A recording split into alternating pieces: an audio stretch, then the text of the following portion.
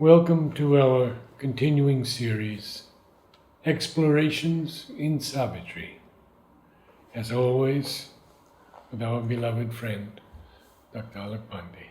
Namaste.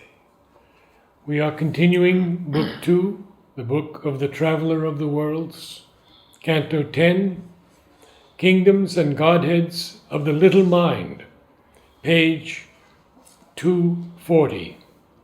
An architect of knowledge, not its source. Yes, a wonderful line. Yes. So I think this is a fundamental difference, one of the fundamental difference between a spiritual outlook of things and our very human mentalized way of thinking. So basically, as human beings, quite naturally we believe that mind is the instrument of knowledge. But it's true that knowledge comes through many sources. For instance, there is instinct in animals. So instinct is not a mentalized process, but there it's like a reflex. And similarly, when we go beyond mind, there is the intuition. So instinct is a reflex of intuition in the animal kingdom. So, but what does mind do? Mind, when it receives the knowledge, it gives it a form. So it's an architect of knowledge. It builds a system out of it, and in the process it sometimes buries it. Reason that scans and Yeah. breaks but cannot Yes, build. yes. Sometimes it buries knowledge because knowledge is not something like a fixed, hard thing. That's another mistake, it's something which is, on one side, from a spiritual perspective, truth is that which is self existent. Even if all forms, constructs, everything were demolished, it would still be there. On another level, it's constantly expressing itself in countless ways. So it is not something fixed. That's the big problem of religious life and ideological positions. Both are two sides of the same coin. That they tend to fix something which is by its nature free, infinite, and plastic into something very narrowly rigid, dogmatic assertion. And speak of it as the truth. Yes. So it may be a truth at a given point of time, or in a certain context, or in a certain way. There is its own place. But to turn it into the sole truth, a truth valid for all times, the everlasting truth, that's a big mistake. So that's where Sri Aurobindo, it's very interesting when we look at life, the way life functions and the way mind functions. Sometimes I look at it like waves and particles. We have these theories. So life is in constant flow. Where is it coming from? Where is it going? Of course, spiritually we understand it comes from the origin of life is in the divine consciousness itself. And where is it flowing? It's flowing towards divinization, progressive revelation of the divine. But it's a continuous flow, like the flow of time. But what does mind do? Mind cuts that flow into bits and pieces, otherwise cannot understand. So if people have to study the ocean, what do? They go to a point and there they would study the forces and things like that. And that's how we can study literally almost every, let's say, inch of the ocean this way. I mean, whether it's possible or not, but we can take it that well, in maybe a highly technologically advanced civilization, we can do it. Then how to make the ocean, understand the ocean, we'll put them together, all the pieces, and construct the ocean. And yet we will miss something which is much more intrinsic and fundamental to the ocean, which cannot be measured.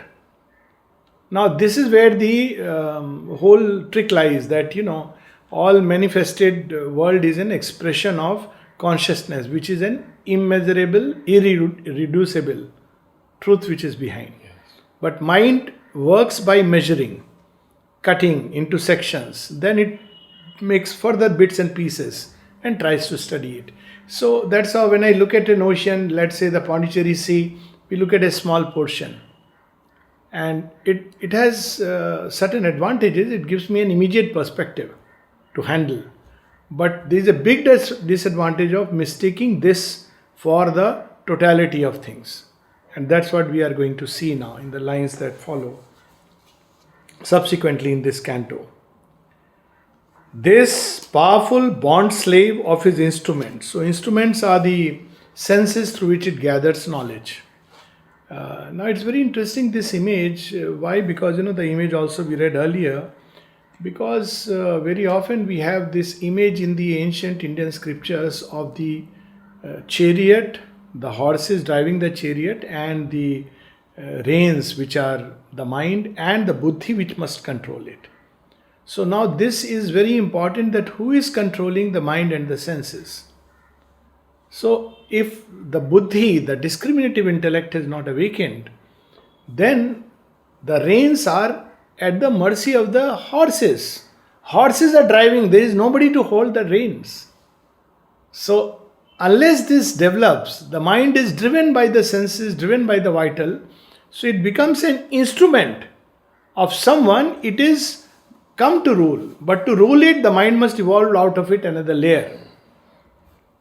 This powerful bond slave of his instruments thinks his low station nature's highest top. So this is the other problem of mind, that this impression, which is understandable, because if you see the hierarchy of evolution, we see that human mind is the peak. So it's natural for we as human beings to believe that mentalized intelligence or mental thought or intellectual thinking is the highest, and it's considered that analysis is and rationality is the surest way of arriving at something. So it's natural for us to believe that this is the highest possibility. It's like for an animal, the highest possibility was a vital instinct. The mind is there but subordinated. So we have this now. So it thinks that it is on the top, and it distrusts whatever else could come or whatever else expresses in rare moments, either in common humanity or in the mystic and the sage. Yesterday I met with a group of healers. Yes. Doctors, physicians. I mean, quite a high level. Yes. But they could not quite get above the mind. Oh, yes, that's true. That's true. It's very difficult. Because they cannot envisage. And the difficulty is understandable. Yes. At the same time, it's good to remain open to greater possibilities of the future. That's the minimum. And it's in the logic of things. If you see evolution, where was mind when there was only dust? Where was mind when there were basically plants? So, if you take a close look, you can say, yes, it's involved. It's involved even in atom. That's why there is some order. But through evolution now, mind has come out fully. But if such be the case, the next logical step, that evolution can't stop here. Ultimately, all creation is a manifestation of the spirit. This is the position of the... They were working on the cellular mind, the cellular consciousness. Right. And one or two of them had read Mind of the Cells. Okay. So very interesting. Very good. Yeah.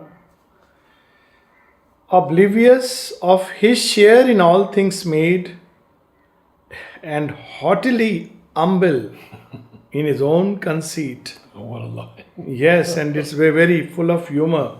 Believes himself a spawn of matter's mud, and takes his own creations for his cause. Lovely lines. So, haughtily humble. So, if you ask a typically mentalized person, he'll say, well, this is what I know, I don't know anything beyond it. Now, there is the humility part of it, that I don't know. That's true, that all scientists, genuine scientists, agree that there is a limit beyond which they don't know. But where does the haughtiness comes in? It cannot be known. There is no other method. There is no beyond. So Aurobindo combines these two opposites, which he does with a masterly craft, haughtily humble. Yes. And then another beautiful line, believes himself a spawn of matter's mud, meaning thereby that mind has evolved out of the processes of matter, more specifically the neurons, They somehow babble and the result is mind. But this all this theory is being questioned, and I don't want to get into it now because it'll take away the joy of Savitri, which is far greater. But in brief, this evolutionary gap between the thing that emerges and that on the basis of which it is being explained, the genes and neurons on the basis of which you try to explain consciousness, which is far greater, or even mentalized intelligence. Neuron is unconscious in itself. I mean, it just has like a rudimentary consciousness. It cannot think out, and yet the brain thinks out. So that's the big leap which is happening nowadays. Would you say it's higher mind? Or More and more. sometimes above that? The difference is that we mistake the instrument for the cause.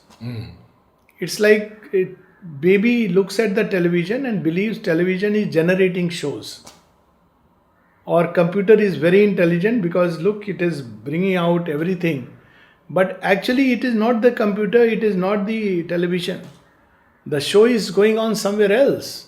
When it comes to computer, the show is going on actually in the mind of the person. And the computer is an instrument to bring it, express it, The Mahabharata is in the heart of Vyas. He is using, let's say, a modern Vyasa is showing the typewriter to express it. So you don't, typewriter has to be good and all credit to the good typewriter. But typewriter is not the origin of the Mahabharata. Same with the television. You need a good TV, no doubt, to have all the best colors and everything. But television is not the origin of the programs which are being displayed. So the mistake is the error is to mistake the brain for the cause. But brain is an instrument. The cause is consciousness. That is the fundamental difference. But that Aurobindo will lead us step by step and takes his own creations for his cause. So that's what it means. Consciousness creates, even the mind creates forms, but it believes and then ties itself to it. But it begins to believe. It's, very often when we grow in a certain family, and now this conception is of course breaking down because limits are going away. But people were believed in a certain family, they had a certain surname, they had a certain patronage, a certain religious identity, etc. etc. Image.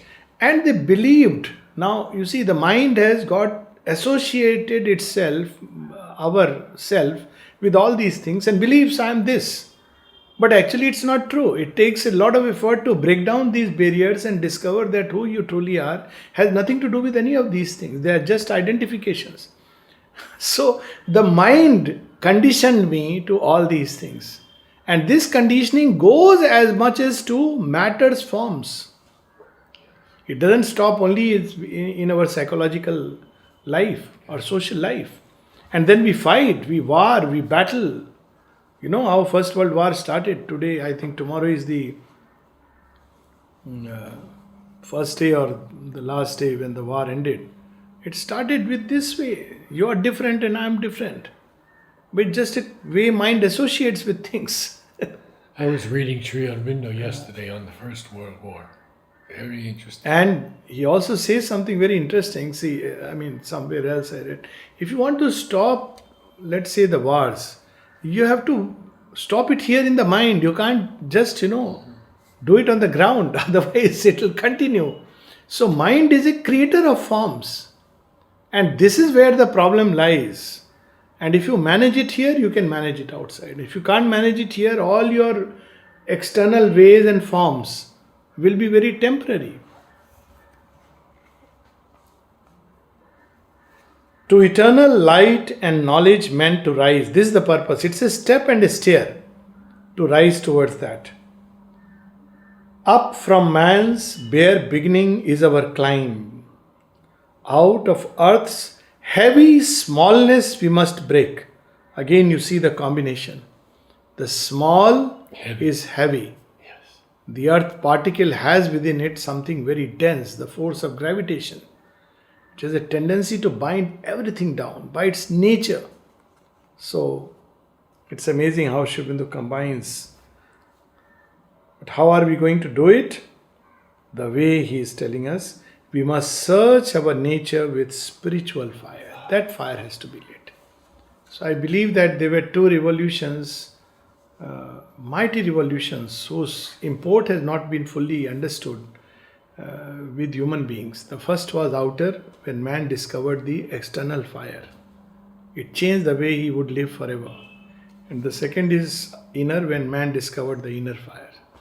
It would change the way he will understand himself forever. So, that spiritual fire, that has to be.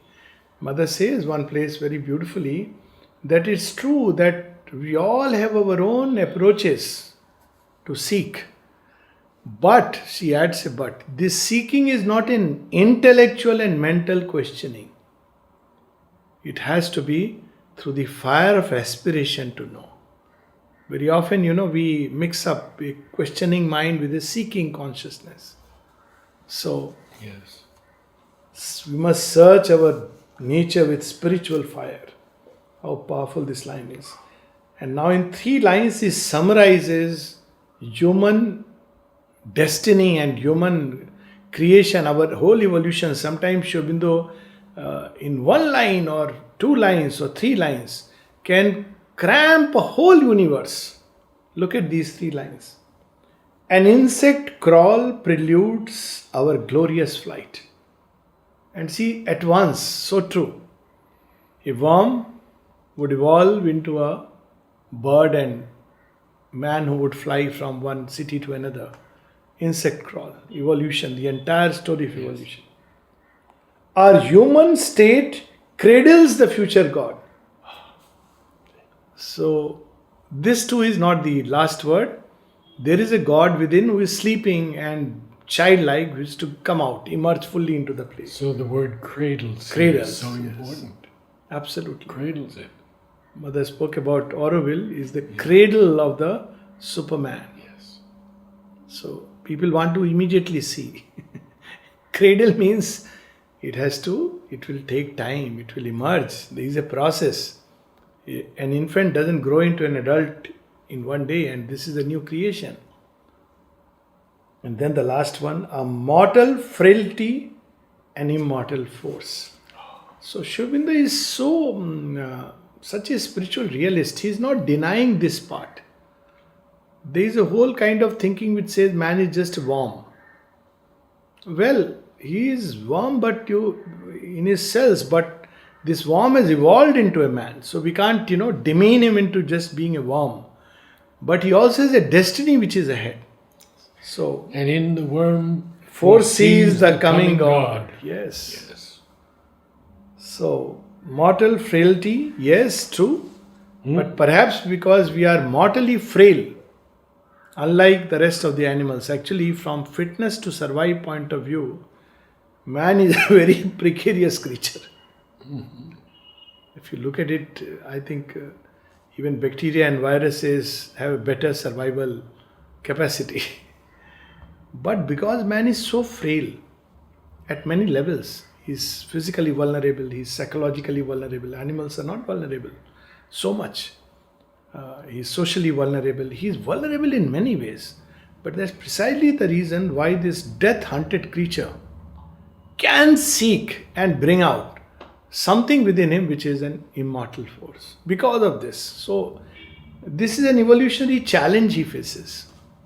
So, Aurobindo in 1 line summarizes it, that this mortal frailty, actually, it's not that it's only something which conceals an immortal force. It actually helps or facilitates the emergence of an immortal force. Because we are so much hunted by death. Animals are also, but because of our thinking. Animals are hunted by death when suddenly there is famine or they are hit by another beast and they die. But man is hunted by death from very early in life. That's Mother calls it a habit. Habit. And he sees all around and he is thinking about it. He wants to, people who, spend a lifetime saving money for their children because of the death hunted, not realizing that's not the way, but they do it. They try to do it. Yeah. and they, insurance, everything. If you look at it, death hunted creature. No creature is so much death hunted as man, though his life is fairly reasonably long compared to other animals. I know a man from New York City whose father was very prominent here, Talwar, Yeah. and he gave all of his money to mother. Yes. And he said, my children have to have the same possibility I had. Yes. And he gave nothing Yes. to any of them. Yes. R.K. Talwar. Yes. So this was the background, power packed lines, and now he shows us this whole evolutionary process of the little mind. At the glowworm top of these pale glimmer realms, so these realms have an early light, but more like glowworms. But this will slowly evolve or go further. Where dawn sheen gambled with the native dusk and helped the day to grow and night to fail. So it is an evolutionary stair, it's important, it's necessary. Only it should not be considered as the final and the last one. Escaping over a wide and shimmering bridge, he came into a realm of early light and the regency of a half-risen sun. Now, this half-risen sun is a very interesting phrase. Half-risen sun can be, as if sun has arisen and half the light is there. But that's not how I look at it, because he's describing the little mind. Half-risen sun is that you get a feel that the sun is there, but it's not really visible. So it's there, like the earliest dawn. Coming over the horizon. Coming over the horizon, yeah. Yes. So half-risen sun, it's not a literal half, but it's the sun, which is like, it's not at 10 o'clock that, noon will be 12. So half-risen sun is 9 o'clock, because there are many things to come. But it's a sun which has begun to come and it's not yet visible and tangible. So this is one way we can look at it. This because poetry is like that. It is suggestive. And of course somebody would look at it as a 9 o'clock sun, which is also fine. No problem with that. Out of its rays, our mind's full orb was born. So that's how it was, the rays which break out into the night, and then slowly the sun emerges. Appointed by the spirit of the worlds to mediate with the unknowing depths, a prototypal deft intelligence. It's an intelligence which is for crafts. It's very cunning. It can create devices. That's the first intelligence. It plays with forms and can play with forms to any, all kinds of devices it can create. It's a deft intelligence, very full of craft. It's not yet an intelligence which can really look within and search the very source. And prototypal. Prototypal, yes, prototypal. All great applications of these, inventions which people make, from the most common Stone Age tools to the most latest smartphones, is the same prototypal deft intelligence. Yeah. So, half poised on equal wings of thought and doubt, toiled ceaselessly twixt beings' hidden ends. So it's all the time trying to find something, and then it extracts little bit, then applies it, then again it sees some missing points, so again it goes back. So that's how it works. A secrecy breathed in life's moving act, a covert nurse of nature's miracles. So this interesting nature's miracles, if you look at really this mind which works inside even the plant and the animals, the way you look at the variation that it creates in nature. No two thumbprints are the same. And if you look at the varieties where you have the differences of skin color and differences of the functioning, it's amazing. And it's basically because the mind gives forms and distinguishes things. Otherwise, there'll be a blurring of everything. So the mind creates these differences and distinctions. So he will tell us later on how it happens.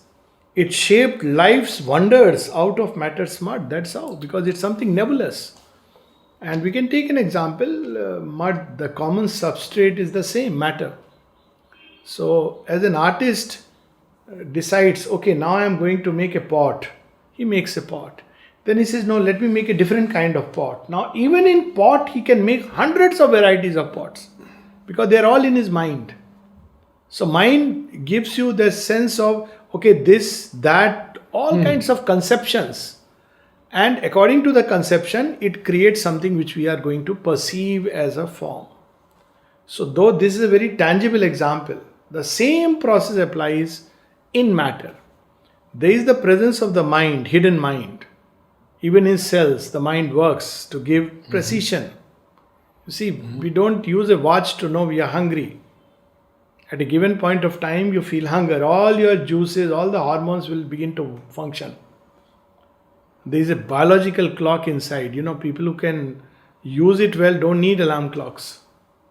They can know the time at any given point.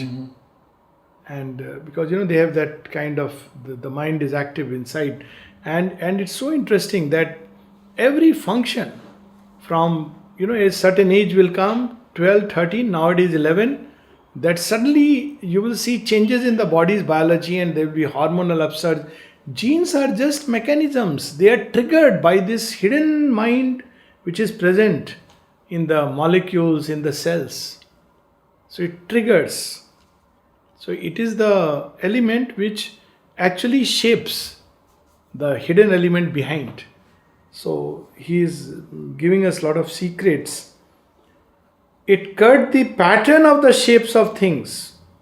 It pitched mind's tent in the vague, ignorant, vast. So shapes of things, it cuts the pattern because it's a big question. Why, if you look at genes, they are just basically 4 bases and 20 amino acids. So, just few of these things and few chemicals, let's put it like that. And how is it that the combinations come into play in such a precise way that a mango seed will go into a mango tree and a human seed will grow into a human being?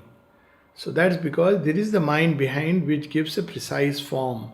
It directs the genetic material, it directs the flow of chemicals in the system, it directs the force of life to shape things in a certain way. So, and that's why it has a lot of applications which people don't realize. If this mind can get liberated from the form, it can reshape the form. So, Mother speaks about parenting. She says, when you are having a baby in the womb, if you think of a beautiful form, and she gives the example of a lady who would all the time have a beautiful picture in her house and says, I want my child to be as beautiful as this. And she did have a beautiful child. And even closely resembling that, because the mind has this ability, this power to give form. And if you don't get tied to habit or enslaved to a mechanical way of thinking, what can we do? Then you can override the mind which is hidden inside the cells by this greater mind which can act and change it. Transformation is essentially, I'm putting it in technical terms, but that's how it operates. Supermind is the father of mind. Of course, the mind is very often like a rebel child. That's why the whole yoga is the rebel child and the obedient child. A master magician of measure and device. Since we are at the rebel child and the obedient child, let me make it further that there are 2 stages of the same child. All children at a certain stage are rebel, and it's needed to assert independence. And all children, when they grow beyond a certain point, become obedient children. They discover that, well, my parents were not all that bad. They were reasonably decent people. And it's an important discovery. When we don't do it, it leads to certain difficulties, psychological issues. The rebel is important, necessary at its evolutionary stage, and the discovery of what is called in yoga as the submission to the divine will. That is also important, but one is a step leading to the other, because it has to be a free will's gift, not a forced thing. A master magician of measure and device, this is what the mind does, has made an eternity from recurring forms, and to the wandering spectator thought assigned a seat on the inconscient stage. Now you see, this measure and device is very interesting. If you look at things, everything in creation has a sense of proportion. You know, when we were children, how high how you would be 3.5 times your elbow to finger length, and this is something invariable. How does it happen? It's almost then, because of that, now there is a new kind of mathematics called fractals. Not new, I mean, maybe 15-20 years old, or maybe even a little older. You pick up a certain image because there are common patterns, and you can enlarge it and recover the whole thing, because there is a pattern with which nature works.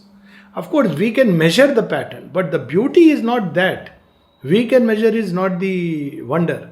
The wonder is, how did nature create that pattern without actually physically using a scale? It has not used actually a visibly tangible scale and build things. If a human being has to create a human form, it would keep on. Of course, the hands have to be crafty, or anything. You make a house. You build, you measure, everything you do it. But when nature creates things, it does it as if it knows what it has to do, and later on we'll measure and say, oh, it is so much, and it has to be so much, and it's so perfect, and it's so beautiful. And the snowflake? Snowflake, yes. No two are alike. No two are, yes. So it creates variations, it creates things within a measure, otherwise there will be so much chaos. So it's amazing. On earth, by the will of this arch intelligence, a bodiless energy puts on matter's robe. So here it comes to describe the role of the mind. Proton and photon served the imager eye. It's very amazing. Aurobindo writing in 40s. Yeah. Proton is fine, but photon, the light packet. So proton and photon, what it does is, the flow which is continuous, it breaks it into those small particles. So you can look at matter from a particle perspective, you can look at it from a flow perspective. Or you can discover a third perspective, from which both these two are different ways of experiencing it. Ultimately, it's the experience which is the reality, not the... See, the yogis, that's why they didn't bother about studying with the mind or understanding by the process of life. They went into the experiencing consciousness. So if the experiencing consciousness is refined and perfect, the experience of creation will be perfect. At this point of time, we are experiencing what the mind makes us experience. So that is the arch intelligence. To change things subtle into a physical world. So these are the mediating links, protons and photons. The moment you enter into the quantum world, you enter the doors of the occult. Because what lies behind and beyond is a whole subtle world, a series of worlds. So that's what he is hinting at. And the invisible appeared as shape, and the impalpable was felt as mass. The mysteries of physics is making it clear to us. Magic of percept joined with concept's art and lent to each object an interpreting name. So this is exactly how it happens. There is even perception. It's strange. You see, when you look at a tree, now it's so spontaneous, we say, yeah, it's a tree. But what is really happening is the photons which are striking at it, and that light energy is traveling through the pupil and the retina into the brain. And in the brain, they are impacting certain cells. This much is easy to understand. But what happens next is nothing short of a miracle. How is it that the brain exactly holds that image? Actually, incidentally, it's an inverted image to start with. It holds that image and knows it. Now that's where we know that from childhood there is a conditioning, and before childhood, before even a baby is born, as a human being there is a conditioning. Each species has its own conditioning of how it perceives. I mean, snakes don't perceive things the way we do. Even the vision is very different. The dogs, they don't perceive the way we do. It's strange, their behaviors when you try to understand. And then the mind brings in the concept. So the two come together, and they come together magically. It's a big enigma. And of course there are various theories. But see how much science is there in this small little passage. Idea was disguised in a body's artistry, and by a strange atomic law's mystique, a frame was made in which the sense could put its symbol picture of the universe. So it is senses that weave reality, the mind that weaves reality, and the one who enjoys the reality, who is the origin of mind and the senses, that greater self remains hidden behind its works. So I think we'll stop here and continue next week, because Aurobindo speaks about a greater miracle. Right. So the next time is Sunday. Sunday 10 next week.